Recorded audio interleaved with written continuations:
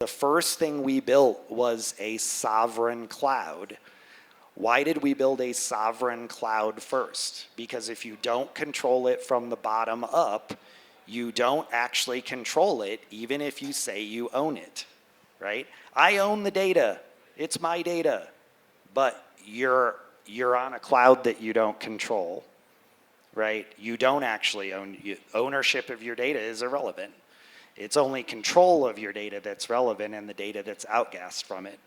So we really want to rotate the axis of this around the idea of sovereignty. So we built a sovereign cloud first.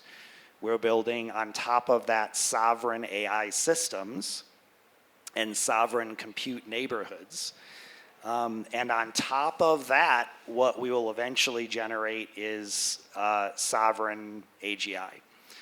So that's the final step in this process. That sounds like it's much more expensive than using AWS. It would have to be. Our price table is exactly the AWS price table. So no, it is not actually more expensive. That was an easy toss up there. Like you. It's almost so, and like we've talked about that in a lot of aspects of our token swaps with other projects, to where we're investing in them, and it can either be used to support their cap table, take lead as their lead investor, or they can burn that back and use that as our version of AWS credits. And what we can do as an ecosystem is take the peaks and the troughs out of the business cycle or the VC investment cycle through things like, discounted access to compute during a bear market.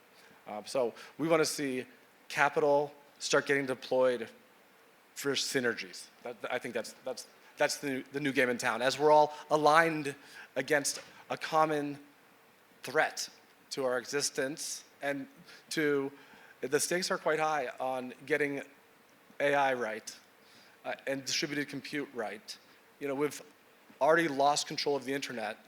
I don't think that anybody in this room is going to not fight to keep control of Web3, AI, and compute.